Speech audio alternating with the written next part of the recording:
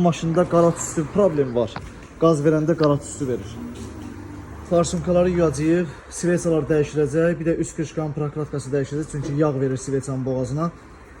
Bu problemlərin hamısını aradan qaldırıb yekunda inşallah paylaşacağım, baxarsınız.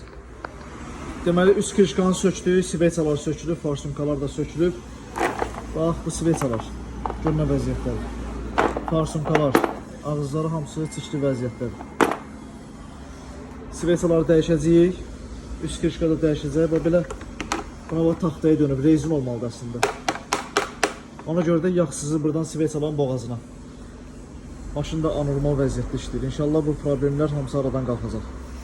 Bu da işimizin yekunu, maşın ideal vəziyyətdə işləyir. Sudan hiss edirsiniz yəqin ki. Bir dənə qaz ver. Əla. Bütün problemlər də aradan qalxıb, ideal vəziyyətdədir, xeyirli uğurlu olsun. Bir dənə də qaz ver. Maşallah.